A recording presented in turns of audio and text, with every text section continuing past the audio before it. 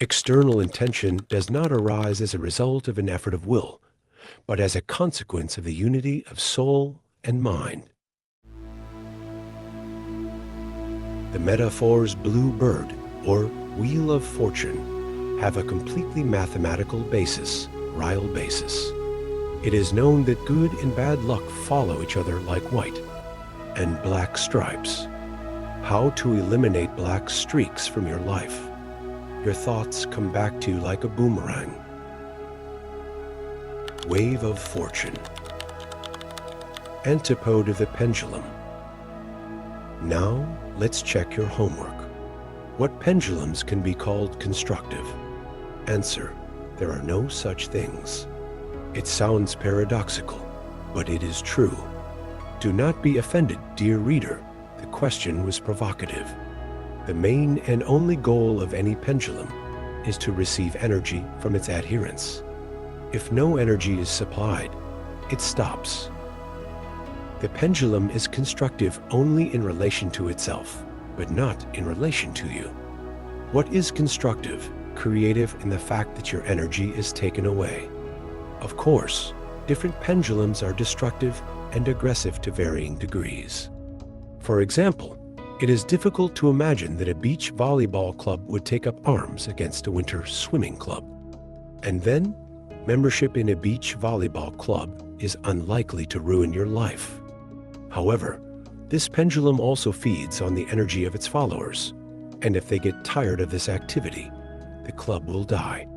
But this is nothing compared to membership in a gangster group, where you can lose your freedom and life. One might argue, if I go to a fitness club where I work exclusively on myself, then how do I give energy to the club's pendulum? All the same, even if you're only doing it yourself, you must follow certain rules. At home, you can do whatever you want, but in a club, all its members somehow act in the same direction, follow the established rules of the system, and thus give collective energy to the pendulum. If all club members run away, the pendulum will stop receiving power and stop. The question can be put differently. Are there energy structures that do not need your energy? It turns out they do exist.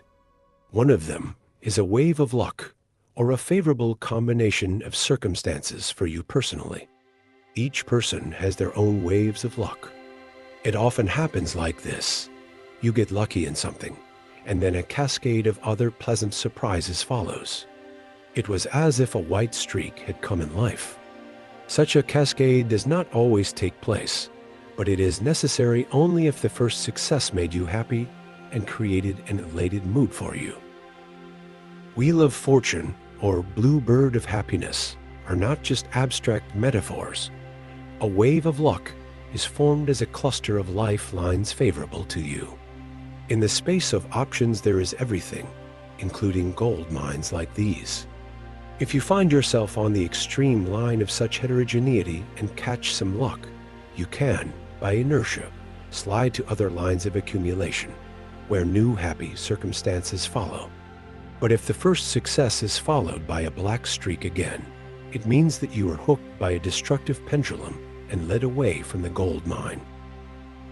The wave of luck brings happiness without taking away your energy. It can be compared to a sea wave that carries an exhausted swimmer to the shore. A wave of luck takes you to lucky lifelines. Just like the pendulum, it has nothing to do with your fate, but it doesn't need your energy either. If you want, lie down on it and swim. If you don't want, it will pass by without regret. A wave of luck is a temporary formation. It does not capture someone else's energy, so it eventually fades away, like sea waves crashing on the shore. A wave of luck can make itself felt in the form of good news. It carries information from other lifelines. These echoes on the current line are perceived as good news. The task is to cling to this rope and pull yourself to the line where the good news came from. There will be not just news, but fortunate circumstances. The wave may seem to come and go. In fact, the wave of luck does not move, does not gain strength, and does not weaken. In the model, we adopted the term wave for ease of perception. As already mentioned, a wave of luck exists stationary in the space of options, in the form of a cluster of favorable lines. It is you moving along the lines of life who meet this heterogeneity like a wave and pick it up, letting it into your life, or move away from it, carried away by the pendulums. The wave is not interested in you, so it is easy to lose it. It will pass by and not return. Hence the general belief that the bird of happiness is difficult to catch. It really doesn't take any effort to ride the wave of luck. It's just a matter of your choice. If you accept her into your life, she is with you. If you succumb to the influence of a destructive pendulum and are imbued with its negative energy, you move away from the wave of good luck. People always do this. If they have, they don't keep. When they lose, they cry. The bird of happiness is not at all against pecking the grains from your hand. She doesn't need to be caught. It's enough just not to drive away. This is one of the most paradoxical aspects of freedom of choice. People really can choose their own happiness and luck. And at the same time, they are not free from the pendulums that lead away from the wave of luck. We are back to the same topic again. To gain freedom of choice, you must give up dependence. We also have the right to freedom from the influence of alien pendulums. All that remains is to figure out how you can take these rights for yourself. Boomerang. As a rule, many people constantly have some thoughts spinning in their heads. If this process is not controlled, very often negative experiences take over. We are most concerned about what frightens, worries, oppresses, or causes discontent. This is how the human psyche has been formed over thousands of years under the influence of destructive pendulums, which benefit from keeping a person at bay in order to successfully manipulate. This is why people have a vague idea of what they really want, but they know exactly what they don't want. Giving free rein to a negative thought stirrer means entering into a game with a destructive pendulum and emitting energy at its frequency. This is a very unprofitable habit.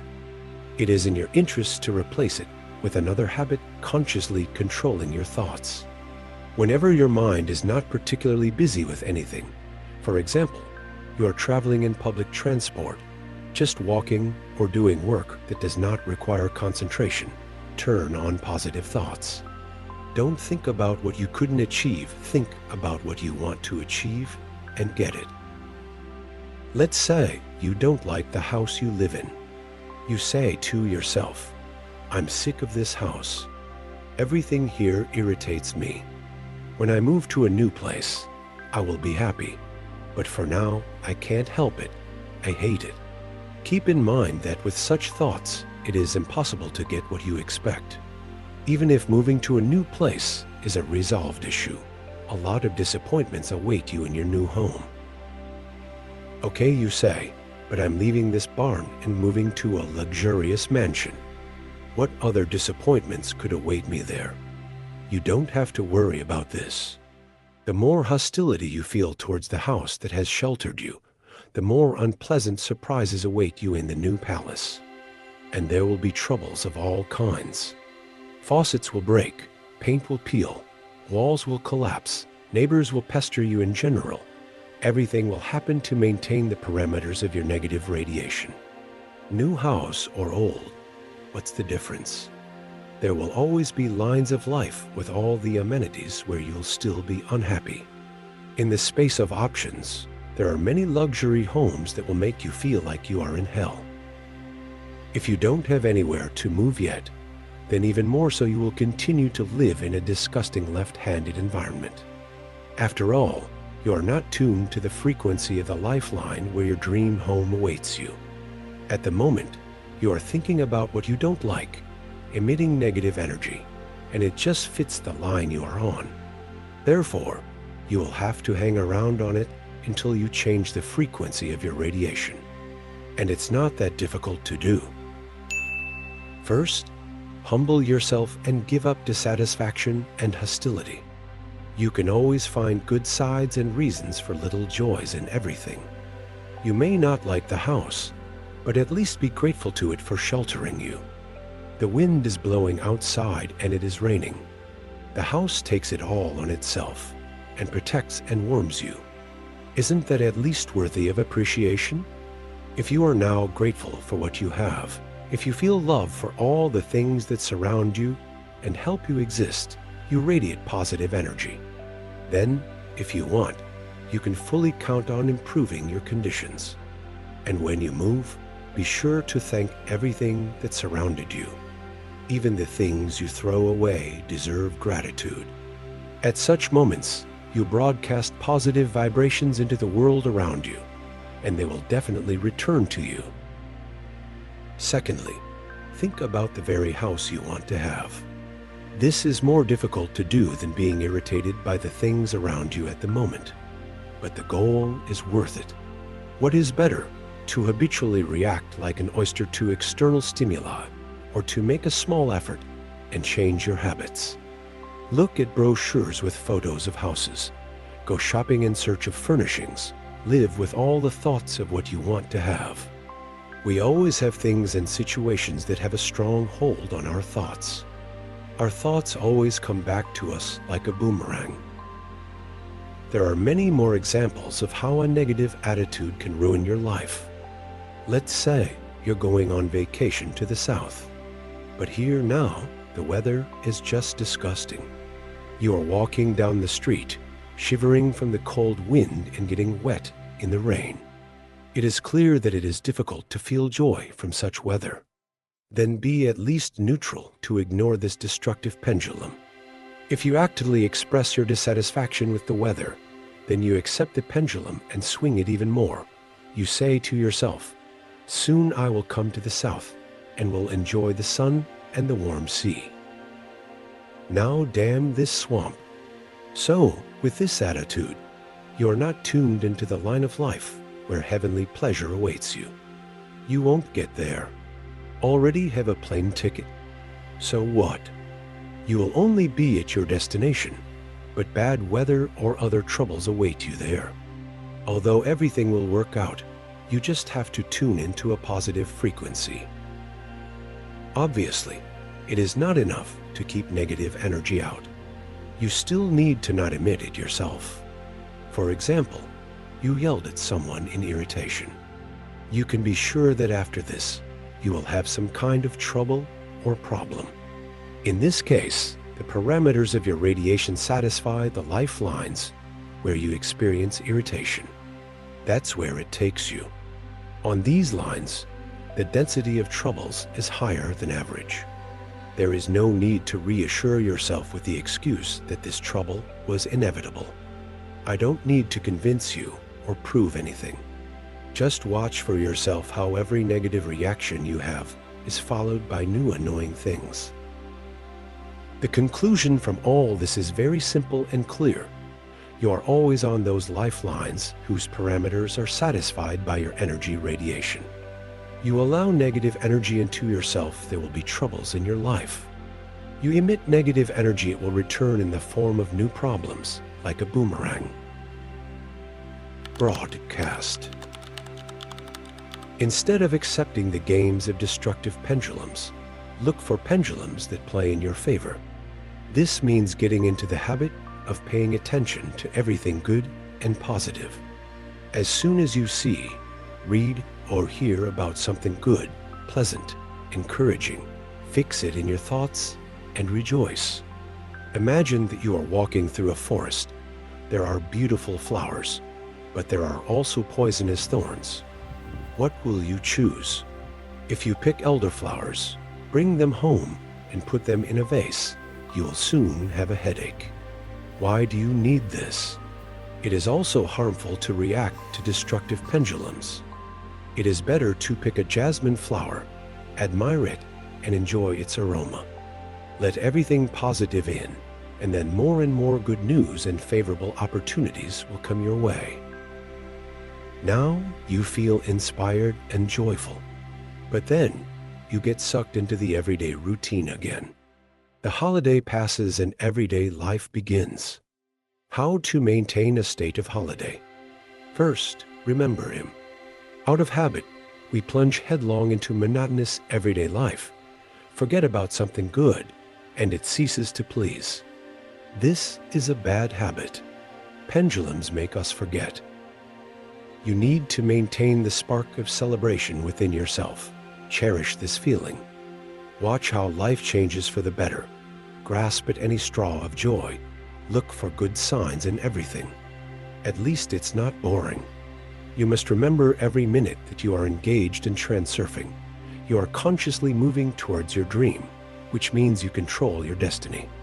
This alone instills calm, confidence, and joy, so the holiday is always with you. When the feeling of celebration becomes a habit, then you will constantly be on the crest of a wave of good luck. Be happy with everything you have at the moment. This is not an empty call to be happy by definition. Sometimes circumstances are such that it is very difficult to be satisfied. But from a purely practical point of view, expressing dissatisfaction is very unprofitable. After all, you want to get to those lines of life where everything suits you. But how will you get there if your radiation is filled with discontent? On the contrary, the frequency of such radiation corresponds precisely to those lines where you feel bad. Good lines are distinguished by the fact that you feel good about them, and your thoughts are filled with joy and satisfaction. Good news is not so exciting and is quickly forgotten. Bad ones, on the contrary, evoke a lively response because they pose a potential threat. Don't let bad news into your heart, and therefore into your life. Close yourself to bad news and open to good news. Any positive changes need to be noticed and carefully cherished. These are harbingers of a wave of good fortune. As soon as you hear even the slightest encouraging news, do not immediately forget about it, as you did before, but on the contrary, savor it, discuss it, and hunt for it. Think about this news from all angles, rejoice, make forecasts, expect further improvement. Thus, you think at the frequency of the wave of luck and tune into its parameters. There will be more and more good news. Life will get better. This is not mysticism, and not the ability of the human psyche to filter out information, when a pessimist looks at the world through dark glasses, and an optimist through pink ones. This is the reality. You move on lifelines that correspond to the parameters of the energy of your thoughts. Being in good relations with yourself and the world around you, you transmit harmonious radiation into the world around you. You create an area of harmonious vibrations around yourself, where everything works out well. A positive attitude always leads to success and creativity. Negativism, on the contrary, is always destructive, aimed at destruction. For example, there is a category of people who look for problems, not solutions.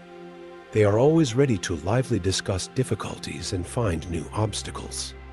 Such people usually find it difficult to offer a real way out because they are initially focused not on the solution itself, but on the search for difficulties. The focus on finding problems brings them in abundance, but things do not move forward. Willingness to search for and criticize negative aspects also always brings corresponding results. There is plenty of harm, but no benefit. Look around and you will definitely find such people among your surroundings. They are neither bad nor good. They just sit firmly on the hook of destructive pendulums.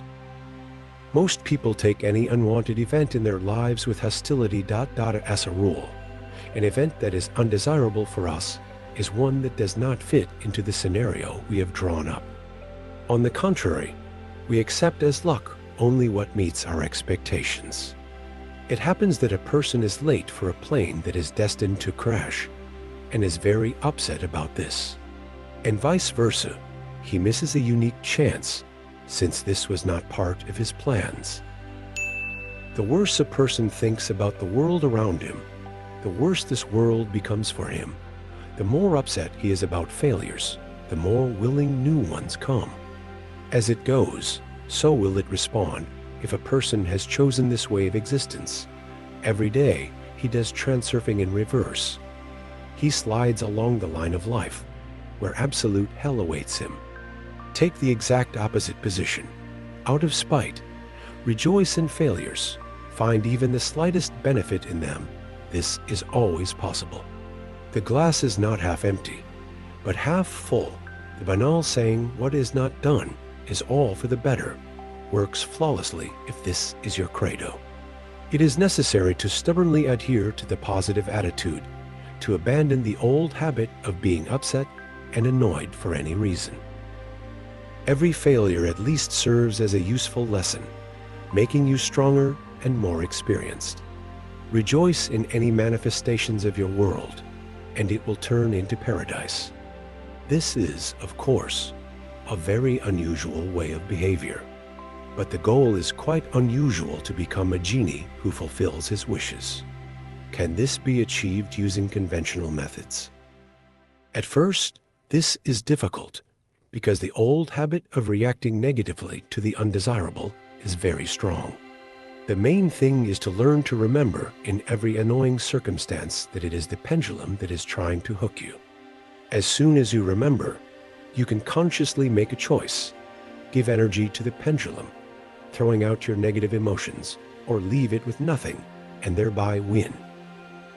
If you remember, it's not at all difficult to fail or extinguish the pendulum. We always give energy to it unconsciously.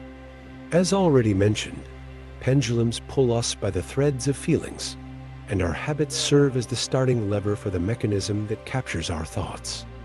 Even after reading this chapter and setting the goal to remember, you will again react negatively to the unwanted. Then, of course, you realize that at that moment, you simply forgot and acted unconsciously, out of habit.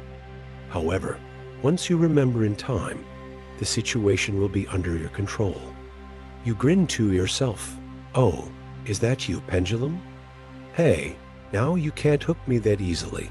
You are no longer a puppet. You are free to consciously accept or push away the pendulum." If you persistently practice this technique, over time the old habit will be replaced by a new one. But while this happens, the pendulums will try in every possible way to get you. You will notice, as if on purpose, a lot of annoying troubles are falling on you. Don't despair. These will mostly be minor troubles. If you don't give up and learn to remember, the victory will be very impressive, you'll see. And the possible result is this: when you next meet a wave of luck, the pendulum will not be able to lead you astray. This way, the bird of happiness will remain in your hands. Well, in order to lure her, you need to broadcast positive energy around you. That is, to be not only an exclusively positive receiver, but also a transmitter. As a result, the world around us will change very quickly for the better. You will easily slide into increasingly successful life paths. Ultimately, a wave of luck will come to you, which will pick you up and rapidly carry you towards success. But don't think that transurfing is limited only to riding the wave of luck. These are just the first steps. Many more amazing discoveries await you further. Magic rituals. To conclude this chapter, we will consider one particular case of the technique of tuning into the frequency of the wave of luck. In different situations, people sometimes unconsciously strive to tune into the frequency of the wave. For example, at the beginning of the day, merchants are ready to give the first buyer a significant discount. They intuitively feel that the first buyer is very important. It is necessary to make an initiative, to start a trade. In the language of transurfing, this means tuning into the frequency of the line of successful trading. It's hard to just focus your thoughts on it. And the first buyer gives real hope and faith, so the setup happens by itself. The trader rides the wave of successful trading and emits the energy of thoughts with the appropriate parameters. He himself believes that his goods are quickly selling out, and as soon as he mentions this to the buyer out loud, he immediately finds himself captured by this radiation and obediently makes a purchase, convinced that he is lucky today. Let's take another example. Market traders sometimes use a kind of magical ritual. They touch their goods with money. Of course, this action in itself has no power, so, in essence, there is no magic. However, if a trader believes in the power of ritual, it helps him tune into the frequency of the line of successful trading. Tuning occurs on a subconscious level. With his mind, a person only realizes the external side. The ritual works in some inexplicable way, and it really works, but not on its own, but as a theatrical prop. The main role is played by the mental energy of the actor. For different professions and different situations, there are many similar magic ritualists. People believe in them and successfully use them in order to tune into the frequency of a successful lifeline and ride the wave of good luck. In principle, it does not matter what people believe in the magical properties of the ritual or in tuning to the frequency of the lines. As you yourself understand, only the practical result is important. Summary. A wave of luck is an accumulation of favorable lines in the space of options. A cascade of success follows only if you are imbued with the first success. Destructive pendulums lead you away from the wave of good luck. By eliminating dependence on pendulums, you gain freedom of choice. By accepting and transmitting negative energy, you create your own hell. By accepting and transmitting positive energy, you create your own paradise. Your thoughts always come back to you like a boomerang. Pendulums will not throw you off the wave if you have the habit of remembering. The habit of remembering is developed through systematic practice.